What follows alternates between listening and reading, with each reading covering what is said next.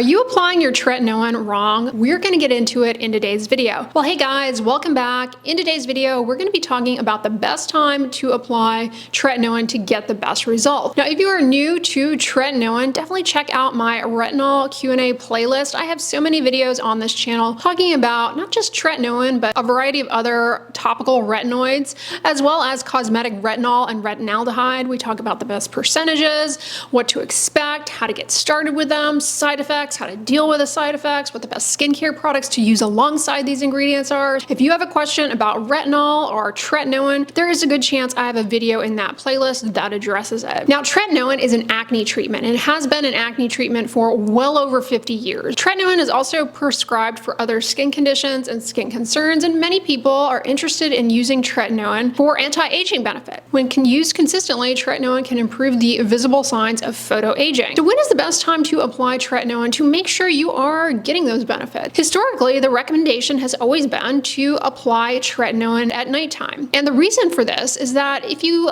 talk to people who were working on tretinoin 50 plus years ago in the lab when it was discovered as an acne treatment, they were working on it, finding these great results that tretinoin was proving itself useful as an acne treatment.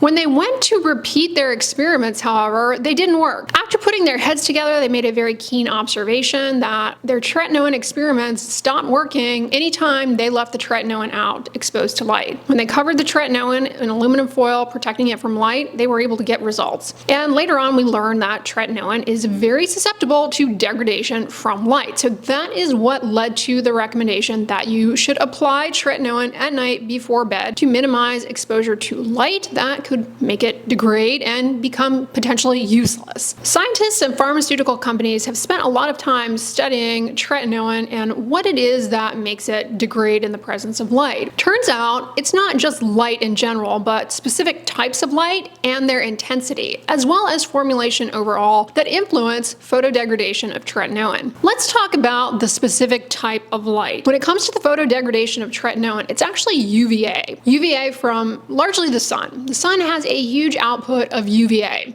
We're exposed to most of that when we go outside in daylight hours. Regardless of how sunny it is, regardless of if there are clouds or if there's rain, UVA is in fact hitting our skin, and the tretinoin on your skin is sensitive to that UVA and can degrade. But UVA can also come in through window glass. The UVA that our skin is exposed to indoors as it comes through window glass is about 25% the irradiance of what you would be exposed to outdoors. So it's not as intense, but it's definitely clinically relevant, especially when we're talking about tretinoin degradation. Now, of course, that intensity of UVA indoors is going to vary a lot depending on the season, your proximity to the window, and things of that sort. But from the studies that we have looking at different wavelengths of light that compromise tretinoin stability, it's crystal clear that UVA is the main player.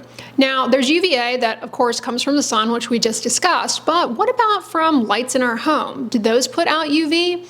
They can actually put out a very, very small amount of UVA depending on the bulb type. Incandescent bulbs and fluorescent bulbs do emit a very low amount of UVA. However, that low amount of UVA is not likely clinically relevant to the degradation of tretinoin. Like it's not strong enough, it's not intense enough to make a meaningful difference in the tretinoin stability on your skin. Where we can become more concerned with that small amount of UVA is for patients who have certain skin disorders like lupus that are very sensitive to UVA. In some cases, those types of light bulbs can actually impact their skin. But to put it in perspective to you, the UVA that comes through the windows is 60-fold more intense than UVA that would come from a light bulb. So what does that mean for applying tretinoin? Well, if you were to apply tretinoin in the morning, go outside, your skin's going to see a lot of UVA, and that's going to compromise the stability in a meaningful way of tretinoin.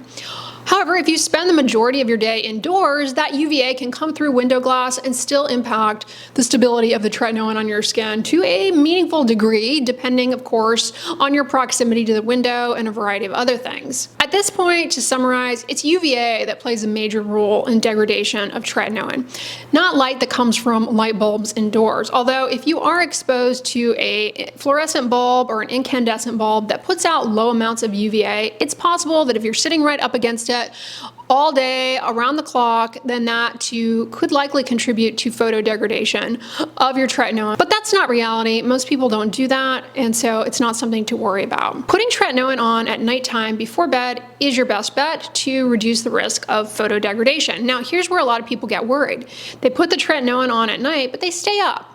They have their lights on, and they're worried that the lights are going to compromise the stability of the tretinoin and degrade it. You don't need to concern yourself with that. It's UVA that plays the biggest role in photo degradation of tretinoin, and you don't need to be worried about the lights in your home. But it's not just the type of light and its intensity that you need to think about when it comes to your tretinoin and its photo stability and putting it on at night, but you also have to factor in the formulation. Don't just think that tretinoin came out over 50 years ago and drug companies have not made tweaks to their formulas to improve it. Quite the contrary, many tweaks to tretinoin formulation have been made over the years. We have different types of formulas. One such technological advancement is the usage of microspheres, basically little microsponges. And within the microsponges, you have these little hollows that the tretinoin drug is stuck in. And those hollows allow the tretinoin to be protected from exposures like UVA. So microsponges are a delivery system that kind of helps overcome the photostability issue. In theory, if you are using tretinoin in a microsponge delivery system, you could, in theory, use it during the daytime. Now, the brand name for the microsponge delivery system is Retin-A Micro. How good is the microsponge delivery system at protecting the tretinoin? Tretinoin 0.025% gel versus tretinoin 0.1% in the microsponge. And after 24 hours of continuous exposure to incandescent bulbs, Retin-A Micro, 98% of it remained. However, only 31% of the tretinoin gel remained. This is a laboratory setting, but it does demonstrate that the microsponge delivery system used in Retin-A Micro does in fact protect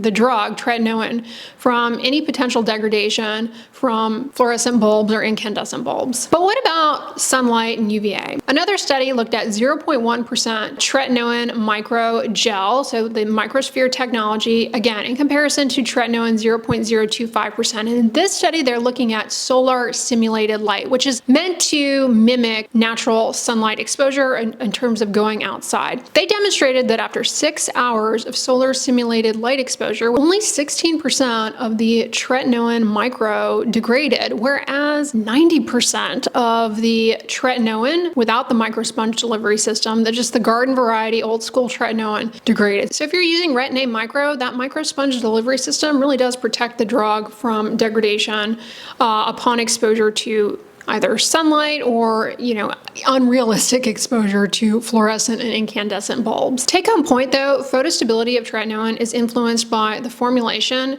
as well as the light exposure conditions. At this point, hopefully you can understand the recommendation historically that tretinoin be applied at night, but you hopefully come to appreciate that in the case of Retin-A Micro, it should be okay applied during the day because that microsponge delivery system should protect the tretinoin from being degraded upon exposure to light. However, let's take it a step further in understanding tretinoin and its degradation. And this is something that I don't think enough people talk about, I don't think has been researched enough, and that is, what exactly does tretinoin degrade into? Isotretinoin. Accutane, you have probably heard of. It's a pill that people take by mouth for the treatment of acne or other skin conditions. But there's also isotretinoin gel that is applied to the skin. We don't use that so much here in the US, but it is a common treatment in other countries outside of the US. And if you missed my video on tretinoin versus isotretinoin gel, we do a deep dive in that video into how they compare for acne and for anti-aging. Isotretinoin applied to the skin is as effective as an acne treatment, and for anti-aging, the research would suggest as topical tretinoin. That's interesting, right? Because if it does degrade, is it completely useless? All of the studies that we've talked about the stability of tretinoin have been in the laboratory setting. No one's ever done a study where they randomized acne patients to apply tretinoin at night or in the morning and see how that impacts their outcomes.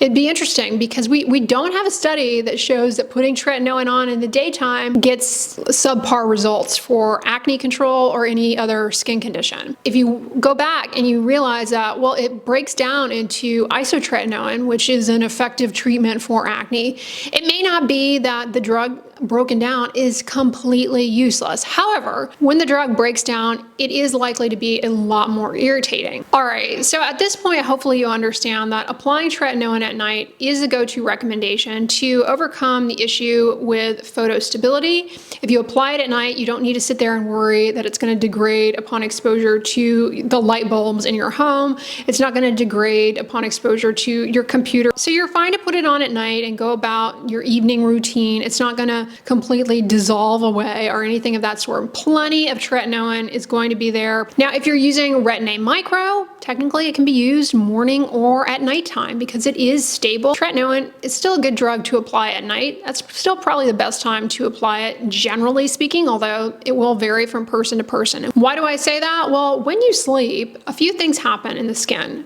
You have an increase in blood flow to the skin, and you also have an increase in what's called transepidermal water loss. Those factors taken together allow for better penetration of topicals, including tretinoin. And the other reason, in my opinion, that it may be beneficial to apply it at nighttime before bed is that, in theory, it may help in minimizing the irritation that could come about from degradation. Speaking of applying tretinoin at nighttime, I often get this question, well, the following morning when you wake up, you need to wash it off, right? Otherwise, isn't it going to degrade? No. At that point, the active drug has gotten into your skin cells. It's doing what it needs to do. You don't necessarily need to wash it off. The only reason to wash it off is that for a lot of people, when they first start tretinoin, they find that if they wash it off in the morning, the following morning, it does help in reducing some of the irritation that they experience. But you don't actually need to wash it off the following morning, regardless of the type that you are using. Some take-home points. Classic tretinoin, not Retin-A Micro. If applied during the day and you go outside, the UVA from the sun is going to compromise the stability and potentially render it ineffective. When applying tretinoin at nighttime, you don't need to worry about the impact of indoor lighting on tretinoin stability.